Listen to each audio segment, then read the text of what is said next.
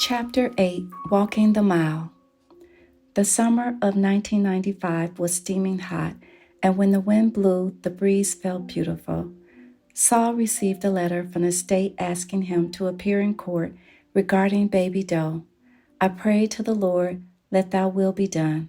It had been 3 long years of waiting for that day to come.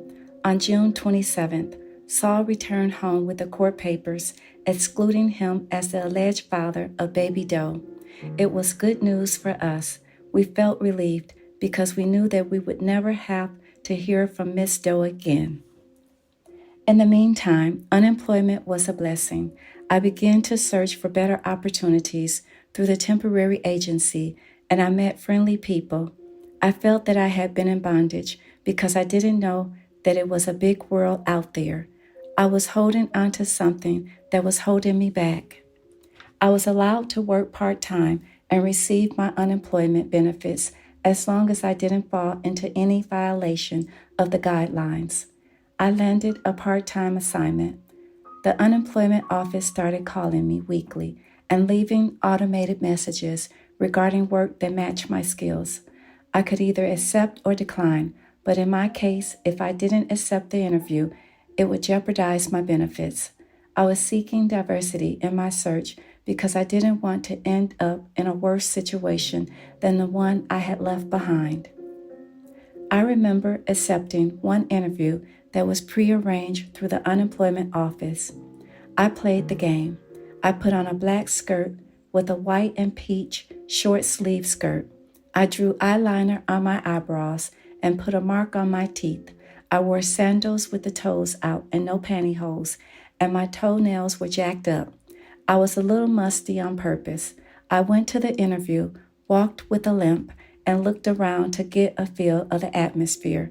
Of course, there wasn't an African American in sight. The manager was interested in hiring me, but she said that she couldn't pay me what I wanted. I knew that I didn't want to work there, especially after realizing that I might be the only African American. Sometimes that can be a good thing, but from my experience, I was certain I wanted to work for a company that believed in diversity. My whole point was that this agency was not going to put me in any job. I was fed up with being confined to a switchboard. The interviews went on throughout the entire time that I received benefits. When the benefits stopped, I received no more assistance finding employment. I was on my own. I coasted along until I found a temporary job that offered what I wanted. I was on my way to temping as a career, and one might say getting my corporate hustle on. Then I received some disturbing news about my father's health. He had bypass surgery. Saul and I went to visit him in Alabama. I bought him a robe and a pair of slippers to show my love and concern. He had a smile on his face, and I could tell that he was happy. I told him that I loved him and that he could call me if he needed anything. I never received a call after my visit because that is kind of how things went. My father and I never had good communication that developed into dialogue. The seasons were changing and a new year had arrived. I moved on to a better paying assignment. I never tripped about being a temp because I had medical insurance through my husband. I also felt at peace with temping because I didn't have to be a part of the office politics. But my life at home was still an emotional roller coaster. I was stressed out, nothing new, and overwhelmed by Saul's behavior. The drinking, staying out late, gambling, and getting high caused me grief and shame. I wore a mask every day when I left home. I was so disgusted that one evening after he had gotten home, I told him that I wanted a divorce. He replied if that was what I was pouting about, he'd give it to me. I couldn't stand for him to touch me or to be in the same house with him. 2 weeks later, he decided to move in with his brother. I wasn't mentally prepared for any of the struggles that awaited me. I did not have a reliable car because Saul had taken the newer one. I was now on my own raising 2 kids, and I didn't have the confidence to make it alone, but I wanted Saul out of my life because I was fed up. Before he moved out, he complained that he had lost his house keys, so I never got the locks changed. One Friday evening, I heard some noises at the front door. It was Saul trying to get in. He had lied about losing his keys. When I opened the door to let him in, he went into the closet to get a steel baseball bat. He was hoping to catch me with a man. I guess he wanted to take his anger and failures out on someone else. I knew that he was curious about my decision to divorce him since I was naive and had taken his abuse for many years. There was another man that I had met, someone in whom I could confide about my pain. Of course, he took my side, telling me how I needed to be loved and drop the zero. I was hurting badly and wanted to move on, especially with someone interested in me. I didn't feel any reason to feel bad about ending my marriage because it wasn't working. I proceeded with the divorce and received a court date. During the waiting period, Saul pursued me for sex. Still, I refused, so he started saying that I had somebody else. Then Aunt Vanessa flew into town from California. She had planned to visit for a few days and then leave for Michigan, and she needed a favor from Saul, which put me in the middle. I didn't like where this was leading, but he said that if I ride along, he'd take her. After we rode together, listening to love songs in the car and talking on the way back, we ended up in bed together. Simultaneously, my strength left and my old state of mind returned. I fell back into the bondage of my old feelings of defeat. I felt horrible about my decision to sleep with Saul, and I was haunted by all the old memories of abuse and pain. My spirit became weaker the more I tried to escape from the pit. My thoughts were distorted, and I started thinking negatively about myself. I reneged on the divorce. Saul started dragging his feet about when he was coming back. He certainly came back with a cocky and arrogant attitude, throwing his weight around with his chest out as though he was doing me a favor. Before we had sex, the shoe was on the other foot, but I lost all my strength to break free from this dysfunctional marriage. We agreed to move out of our apartment and into a new one. Saul felt that we needed a fresh start, but the real problem was our marriage. It wasn't healthy, nor was it getting any better. He had realized that if I took him back, he wouldn't have to pay child support. There is that old saying, it's cheaper to keep her. I had a glimmer of hope that maybe we both had learned how to treat one another, but I learned the hard way. Saul brought back debt and additional problems into my life, and the list goes on. Not only did he trail back with new baggage, but he also dragged several demons along. He wasn't changed at all. He had only become worse. I warned him that if we should ever break up again, there was no coming back. During the short period I had spent without him, I had felt at peace. Now when I look back and wonder why I couldn't move forward, it was partly the child care. It played a big factor in determining my decision to leave or stay with him. I feared not being able to handle living on my own financially. As I reminisce during our separation, I worried less about what time he was coming or going. I did not have to smell alcohol breath. Finally, I suggested that we needed counseling and was able to persuade him.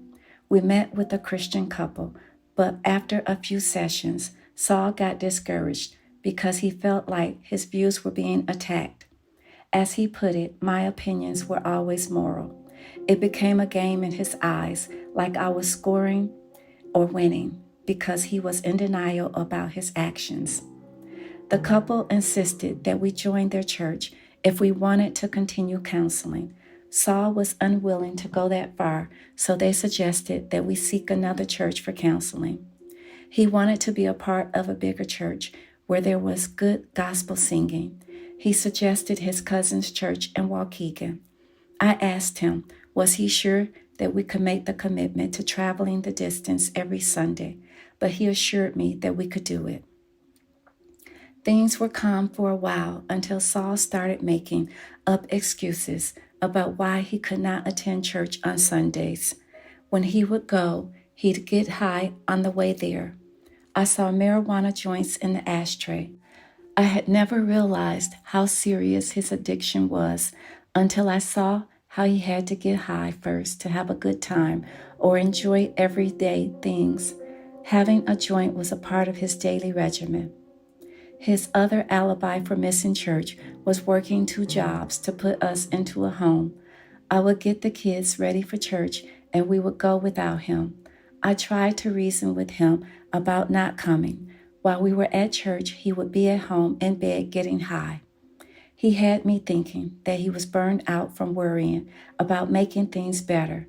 Instead, his addiction was getting worse. I threatened to tell the pastor that he was getting high every day. He didn't appreciate my threat, so he stated that he would stop going altogether if I did. I felt bad because it wasn't going to make my marriage any better by exposing his addiction. I was going for my soul, but I thought Saul wanted to change. I needed God to help me understand my life and to change me. My responsibilities became heavier. It felt like I was taking care of 3 babies. All Saul wanted to do was work to get high and buy a new car. That's the furthest his mind would allow him to go. Whenever we inquired about purchasing a home, it was all talk. He was selfish and greedy and made up excuses like why the house we'd pick wasn't the right one or the timing was wrong. He would always speak about time as though the years were standing still. He was lost and stuck. I began to see that we were on a seesaw. Up and down we'd go. I struggled again to convince myself that I had to get out of this marriage. I was afraid of growing old and gray, listening to his opinions. I knew that we could have been where we wanted to be if he hadn't been an addict. I dug another type of hole by socializing with too many females. I attracted and maintained superficial friendships because I was miserable. Alexis was the next door neighbor who had greeted me when we lived at Harmony Villas. Over time, her son and JR became good playmates. Our sons stayed in touch with each other, and Alexis and I had an off and on kind of friendship. Whenever she'd get mad at the world and things weren't going well in her life, she'd move away. I could tell that Saul had mixed feelings about her. During the times she was separated from her husband, she'd hang around us. She was also an abused woman wearing a mask. She confided in me about her troubled marriage, painting a picture of her husband being the bad guy. She told me these sad stories to gain my sympathy, and it worked. I felt compassion for her and her son to the point that I wanted to be there for them. Her family didn't seem supportive, but they were involved from a distance. Alexis was a closet needy person. I offered her help with job leads as I knew how to get my corporate hustle on. Still, in my spirit, I never felt completely comfortable about her because there was something about her that seemed phony. I became uncomfortable and suspicious whenever she would blow steam about not coming over to visit if Saul would be home. I detected a mutual vibe from them. He'd say things to demean or prejudge her. He was attacking her character, stating that she could go the other way since she wanted to hang around me so much. I never picked up that in her spirit, but I did feel that she was envious sometimes. I didn't know whether it was harmful, though, because we continued to move past it. Sometimes I noticed when I'd be at home spending time with my family, she'd show up or call. If Saul were home, he would get uncomfortable after telling him it was Alexis, on the phone or at the door. Instead of telling me what was really on his mind or being discreet about the matter, he would leave to allow us to talk. One morning, I woke up mad from having a dream about her and Saul. My intuition was trying to tell me something. I dialed her number around 7 a.m. to ask her if she was sleeping with my husband. She denied it and became upset with me for asking. Then she immediately wanted to know what he said. She confessed that she had met him outside at the trash dumpster at our old apartment. He was out driving and saw her and stopped to ask her some questions, but her husband was watching from the patio. Then she changed the subject, telling me that she had encountered issues with other women being jealous of her because of their men or husbands. I suspected that she was doing something. As time went on, she backed away from us. I prayed that God would handle that situation and put my thoughts on positive things. I decided to go back to school to further my education at the community college. Violet, Aunt Vanessa's oldest daughter, came to town to visit for a week. I received a phone call from Aunt Vanessa a month later. She was pleasant at first, and then her attitude became hostile when she expressed her reason for calling. She was furious and angry at Saul. She gave me the news that he had made a sexual advance towards Violet. I immediately felt disgusted and sick to my stomach while I was listening. I stared at Saul with rage filling my heart. I recall coming home after work and feeling strange because Violet was sitting on the living room sofa watching TV and JR was downstairs visiting a friend. Saul was in the kitchen cooking tacos for dinner, and I noticed that he was high. Violet asked if I could make sure that no one came into the bathroom while she took her shower. I said, of course, but an eerie feeling had creeped inside my spirit. The whole incident put a wedge between my aunt and me. She suggested that I leave him. I was sick and embarrassed because I felt ashamed. One morning, while taking a shower, I noticed some bleeding. I examined myself but didn't see any cuts after I got out of the shower. After I dried off, the bleeding continued, but this time I detected it was coming from my breast. I panicked and called a friend to ask what was happening. She suggested that I go to the hospital.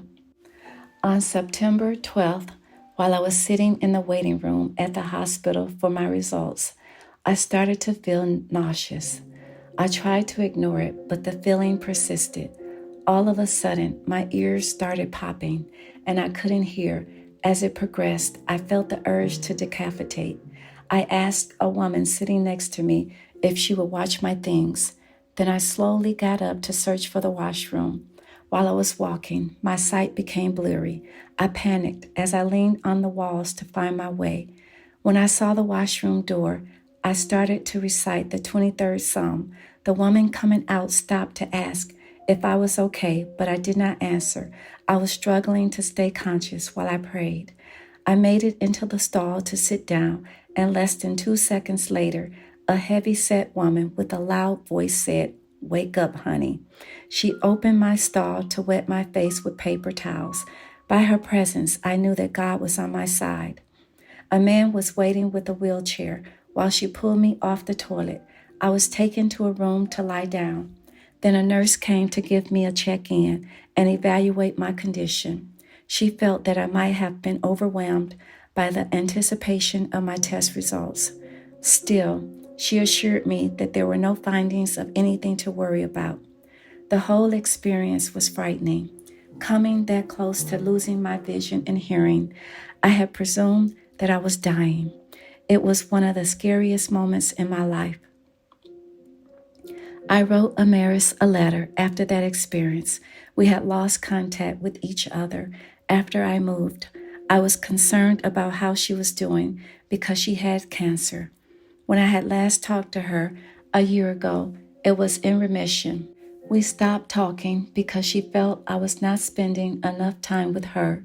She would tell me that the people I thought were my friends were not my true friends. I respected her opinion, but I didn't agree. I had my own set of problems, and I felt it was best to distance myself to keep the peace. I slowly drifted away, and I realized that life does that to certain friendships. When she got sick, there was a change in her because everything became competitive. I never wanted things to get so bad between us that we could not speak. I understood the health issue, but she acted as if life was going well when we talked. However, I knew the truth because she wore a mask too. I felt that my life and marriage were the worst among my peers, but over time I found out that she had married an addict too. We both were married to functioning addicts who went to work faithfully. We camouflaged our lives to the world. It had me on the brink of losing my mind and soul. It costs a lot to love a person on drugs because you become consumed with masking lies. You lose yourself in the process of living. On September 15, 1997, I received a call from an acquaintance to inform me that Amaris had died on September 12th. I felt devastated. I sat around all day to reminisce about our times together, wondering if she had ever gotten my card. The day of her death was the same day I had had my unforgettable experience at the hospital. When I got in touch with her family, I wanted to know if she had received my card, but she hadn't because her family had moved. I was deeply saddened because I had written in my letter that I wanted to express forgiveness and make amends. It was my way of letting her know that I was maturing and that I would always be her friend no matter what. I attended her funeral and hung around the family. Her little nieces, who had grown up, told me that she would say things like, "I wonder what Naima is doing." When I heard that, it evoked deep emotions inside my soul. Sometimes words are not enough when you are dealing with a life or death experience. I realized that I had tried to reach out before it was too late. I had respected Amaris's illness by visiting as often as she would allow. Through my experiences with losing someone that had cancer, I noticed that they tend to act mean or pull away from their loved ones and the people who care for them. It was devastating and painful to know that I couldn't change the outcome because everything was in God's hand. The only thing that I could do is pray and be there as much as possible to show them kindness and love. The same day that Amaris died, I felt like I had a near-death experience. She passed away that night during the 10th hour, and my incident was near the 10th hour in the a.m. It gave me an eerie feeling because I knew that she was heartbroken about our friendship. I had to forgive myself for not being the friend that she wanted and needed me to be. I had to let it go and put every misunderstanding in God's hands.